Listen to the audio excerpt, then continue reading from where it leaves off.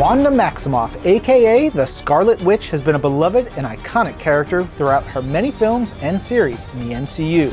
To explore Wanda's visual evolution, I'm chatting with Marvel Studios Director of Visual Development, Andy Park. What up, Andy? What's up, Ryan? How's it going?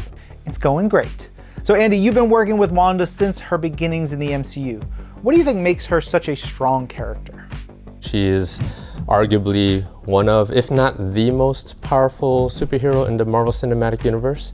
But I think besides her obvious power set that makes her powerful, the thing that makes her such a strong character is more of her journey. We really grow to love this character mainly because of her heart. She has a deep love for her loved ones, starting, obviously with her parents and the tragedy of that, to her brother and Pietro, to eventually Vision, and then her created kids, Billy and Tommy. And I think that is reflected in the visual looks that we've helped establish. Yeah, and of course, but that's a big process, right? So in those first couple of films, she has a huge evolution and you were right there for it. Andy, could you walk us through some of that process, the design thought that you were going through in those first couple of films? Starting from her introduction in Avengers Age of Ultron, where she's not a superhero yet, but she's kind of trying to figure out who she is. I knew I wanted to bring in something that really harkened to her classic look, so that when the audience sees it, they're like, okay, I could see that that's a nod to the comic book classic look without going there because it doesn't make sense for the story. So of course the red jacket was kind of a must, but then it becomes about like what type of jacket and what is the actual look? Are the sleeves rolled up? Doing a lot of iterations, and then eventually the costume designer Alexandra Byrne, did an amazing job of actualizing it on Elizabeth Olsen. The next time we got to see Wanda Maximoff was in Captain America: Civil War. So the idea was that she's still not a full-on superhero, so we're not wanting to go there yet. My thinking was taking the things that are iconic about her, the red leather jacket, and just trying to heighten it a little bit. And then eventually Juliana Makovsky, the costume designer, she ran with it, and working with Elizabeth Olsen, eventually the idea of her having like more of a corset underneath the jacket, that kind of was implemented. After Captain America: Civil War, leading up to Avengers Infinity War and in Avengers Endgame, there was no mandate to change or update Wanda's look, so the look that you saw from Captain America: Civil War was maintained all the way through Avengers Endgame. Well, next we get to see many new looks for Wanda in Marvel Studios' Wandavision, of course. What was it like for you to develop the character's visual identity in new ways here?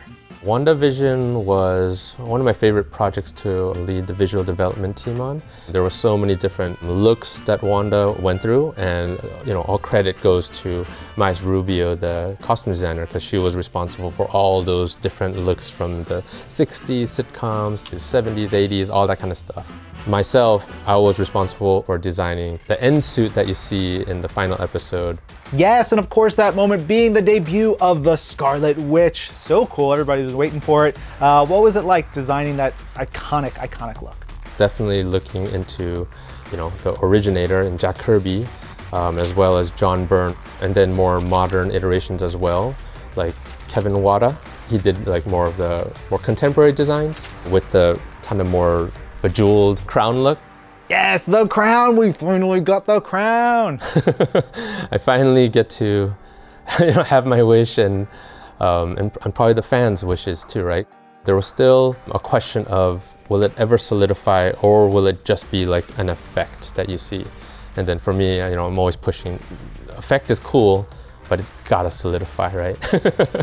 So it's definitely starting with the crown and then iterating on doing so many different versions of the costume. There's a lot of little Easter eggs that I threw in there in the costume. There's some details like in her collar area, a lot of negative space, and one in particular was right around her clavicle, collarbone area, right in the center, where it makes like a little hexagon, and it's definitely a nod to Vision's Mind Stone. Little other details like in her bodice area, there's a W shape, and then it goes to a V, V for Vision. And then throughout the costume, there's a lot of V's throughout. So I thought that was really cool too. We meet the Scarlet Witch again in Marvel Studios' Doctor Strange and the Multiverse of Madness, and of course we see Wanda. She's realizing her powers in ways we've never seen before. It's very cool, very scary. Andy, how did you approach the evolution of the Scarlet Witch? Leading into Doctor Strange and the Multiverse of Madness, her design was just going to be the Wandavision costume. It wasn't until later that they decided to add the sleeves to cover that up, and then to what extent is textures added and all that kind of stuff. It was something that eventually the costume designer, Graham Churchyard, did a great job of. I loved how he incorporated the sleeves, but then you see it kind of looks like it's getting corrupted, and then the texture that he gave on the bodice area of the WandaVision suit, looks like it's a crack. It almost looks like it's like a broken heart. It really worked to give her story from like the hero that she became in the final episode in WandaVision to a more villainous spin, a dark, corrupted version of that hero outfit. It all worked for her story. Well, I think Wanda's story throughout the MCU can really be told through all of her looks. What do you hope that her designs convey most to the viewers? When I was starting on Wanda, her look, probably 2013, 2014, around there, I had no idea. I don't even know if they knew exactly where she was gonna end up. I think it's always just such a rewarding experience to be able to be part of that journey. We're telling her story, and I'm part of that, even though my part is like more the visuals, but people love seeing these characters, not just reading about them. And that's why you have so many cosplayers that express their love for these characters and they dress up like them.